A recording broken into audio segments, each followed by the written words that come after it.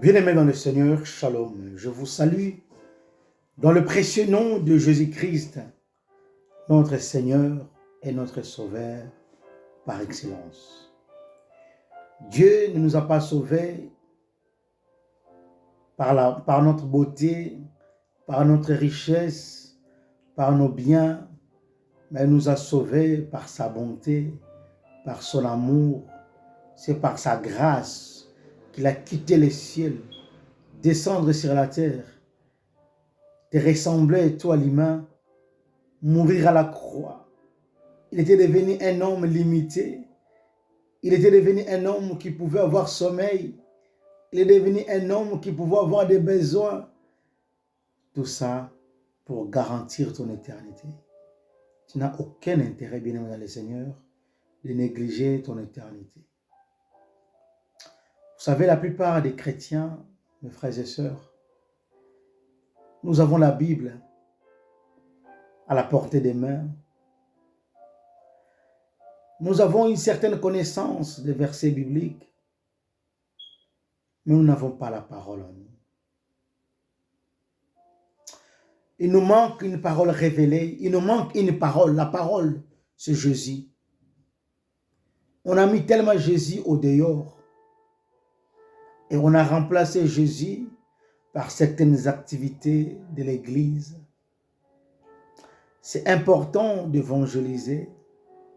Est-ce que tu évangélises pour gagner les âmes ou que pour que les autres te voient aussi, que toi aussi, tu fais partie de ces gens-là qui sont les gagnants d'âmes?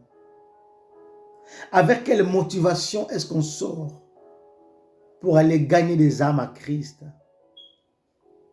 C'est pour s'attirer la sympathie des gens, s'attirer la foule, s'attirer des likes et des followers. Est-ce qu'on le fait vraiment avec le cœur pour que Dieu puisse nous récompenser?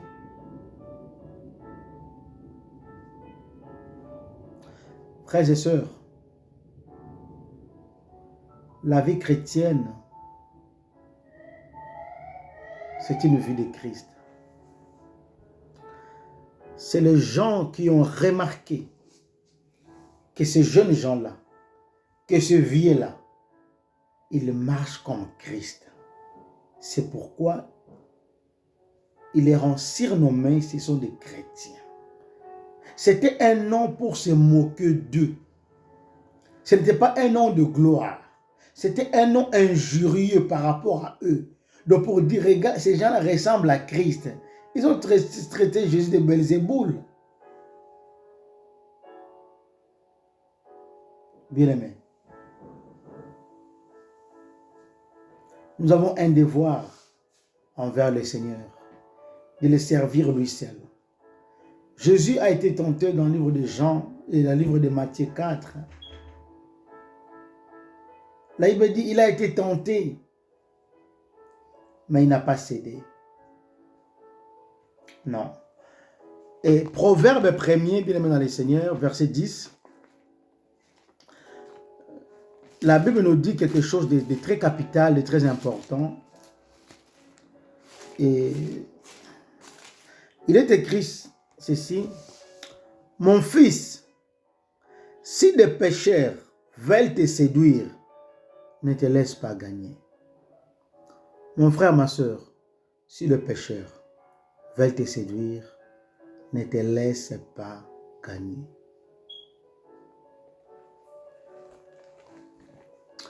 Parlons du nom de Jésus. Vous savez, vous pouvez rester avec des gens qui ont d'autres confessions religieuses, qui ont d'autres religions, on peut dire entre guillemets.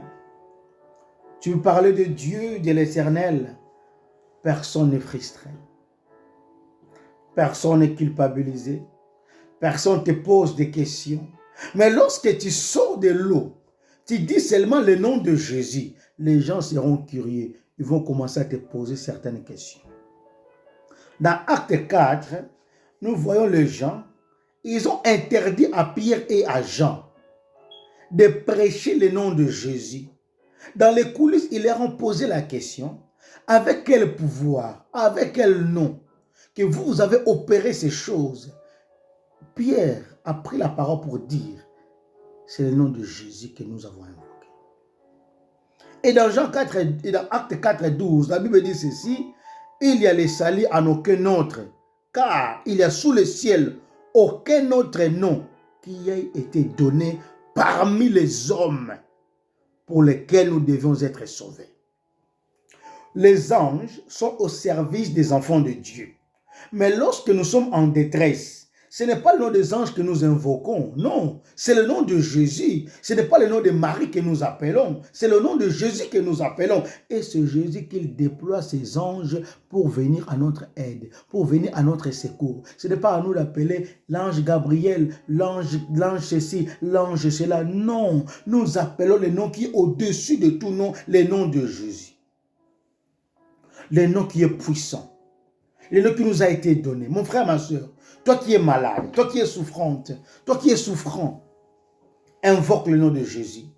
C'est le nom qui est au-dessus de tout nom. Il est au-dessus de ta maladie, au-dessus de ta pauvreté, au-dessus de ta situation. La situation qui t'arrive actuellement, la situation que tu vis actuellement. Mon frère, ma soeur, le nom de Jésus est au-dessus de cela. Il nous a donné le pouvoir de marcher sur les serpents, sur les scorpions et sur toute la puissance de l'ennemi. La Bible clôture en disant ceci, et rien ne pourra nous nuire. Le nom de Jésus, c'est le nom qui a été élevé. Le nom qui est au-dessus de tout nom. Frères, les anciens ont fait de ce salut l'objet de leur investigation. Ils ne connaissaient pas le nom de Jésus. Tu vas être choqué. Moïse n'a jamais connu le nom de Jésus. Abraham n'a jamais opéré dans le nom de Jésus. Abel n'a jamais connu le nom de Jésus. C'est nous, c'est la révélation. Daniel, le grand Daniel, n'a jamais connu le nom de Jésus. Dieu nous a fait le privilège de connaître son nom. Ce n'est pas un hasard. Lisons Philippiens 2, la Bible dit ceci. C'est pourquoi aussi Dieu l'a souverainement élevé et lui a donné le nom qui est au-dessus de tout nom. Le tout ici, c'est un absolu. Afin qu'au nom de Jésus, tout genou fléchisse dans le ciel, sur la terre et sous la terre. Et que toute langue confesse que Jésus-Christ est Seigneur à la gloire de Dieu le Père. Le nom qui opère dans la maladie, le nom qui opère dans la guérison, dans des miracles, c'est le nom de Jésus. Nous sommes beaucoup plus attachés aux dons que Dieu nous a donnés et nous sommes détachés de celui qui a donné les dons. Tu es attaché à ton mariage, à ton ministère, mais tu te détaches de la personne qui t'a accordé, qui t'a donné les dons, qui t'a donné le ministère, qui t'a fait grâce d'être marié, d'être PDG, d'être entrepreneur. Frère, ne te détache pas de Dieu. C'est lui qui est ta source de vie, ta source du salut, ta source de la guérison, ta source de la bénédiction, ta source de joie. Il te comblera de ta grâce et te témoignera de son amour. Mon frère, ma soeur, la plupart des croyants, des chrétiens, leur vie témoigne simplement Christ. Mais leur vie ne ressemble pas à Christ. Je peux me poser la question, mais de quoi est-ce qu'il parle, lui? Il y a deux dimensions. Ta vie témoigne Christ. Tu témoignes Christ par ta vie, par les œuvres que tu as accomplies. C'est le niveau extérieur, c'est que les gens voient en toi. Mais que ta vie reflète Christ, ça c'est la partie où Dieu te voit vis-à-vis de la relation que vous entretenez avec lui. Tous les hommes peuvent vous acclamer parce qu'ils ne vous connaissent pas. Les mamans, le papa, le jeune peuvent vous acclamer, vous apprécier. Parce que votre comportement est exemplaire. Mais devant Dieu, c'est là qu'on se reconnaît qui on est réellement. On ne peut pas tromper Dieu. On peut tromper tout le monde, dribbler tout le monde. Mais devant Dieu, Dieu connaît chaque personne. Il dit, je connais mes brebis me connaissent, ils me suivent. Mes brebis me connaissent et ils me suivent. Mon frère, est-ce ta vie témoigne Christ simplement ou ta vie reflète Christ? Parce que la dimension où ta vie reflète Christ, c'est ce que Paul a dit, ce n'est plus moi qui vis, mais c'est Christ qui vit en moi. Parce que sa vie faisait partie de Christ. Et l'apôtre Paul avait ce qu'on appelle la discipline, l'éducation. L'éducation par rapport à quoi? Il s'est discipliné lui-même en disant ceci, je traite durement mon corps. Mon frère, ma soeur, tu as l'onction, tu as la puissance que Dieu t'a donnée, mais qu'est-ce que tu en fais? Tu n'es pas discipliné dans le ministère, tu n'es pas discipliné dans l'œuvre de Dieu. Tu pars partout de gauche à droite, parler n'importe comment, s'habiller n'importe comment, fréquenter n'importe qui. Mon frère, tu vas dire, oh non, tu sais, Paul aussi a dit ça, que devant, au milieu des païens, je suis comme un païen. Mais il n'est pas comme un païen tout fait. Non. Il rentre dans ces milieux pour leur gagner à Christ. Et non pas qu'ils puissent influencer sa vie. C'est toi qui es la lumière. C'est toi que Dieu t'a donné la lumière. Il dit, vous êtes des lumières. C'est à toi d'éclairer là où tu es. La personne qui comprendra ces messages, c'est celui qui a connu la dimension du nom de Jésus-Christ. Le nom qui est au-dessus de tout nom. Quand tu es malade, quand tu es souffrant, quand dans ton rêve, mon frère, ma soeur, tu rêves que des esprits mauvais viennent t'embêter, viennent perturber ton sommeil, tu ne crieras pas le nom d'un ange. Tu ne crieras pas le nom de ton pasteur. Tu ne montres pas au songe la photo de ton pasteur. Mais tu témoigneras, tu confesseras le nom de Jésus. C'est pourquoi il est écrit ceci. Et que toute langue confesse que Jésus-Christ est Seigneur à la gloire de Dieu le Père. Mon frère, que ta vie quitte la dimension simplement de témoigner Christ. Que ta vie devienne une dimension de refléter Christ.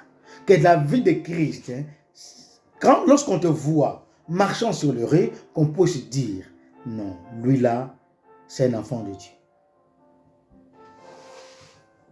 Et beaucoup de chrétiens font des amalgames et disent que non, le pasteur, et ils sont différents, les hommes de Dieu, les femmes de Dieu, ils doivent avoir une certaine vie, une certaine chose. Mon frère, que tu sois pasteur, prophète, apôtre, évangéliste, docteur, les noms que tu peux donner qu'on te dira, on t'appellera par ces noms. Que tu sois Monseigneur, que tu sois je ne sais qui. Ce que Dieu regarde, ce n'est pas la vie de pasteur, c'est la vie d'un enfant de Dieu. On est tous enfants, égaux devant Dieu. Le nom de Jésus. Qui a cru, a reconnu le bras de l'Éternel.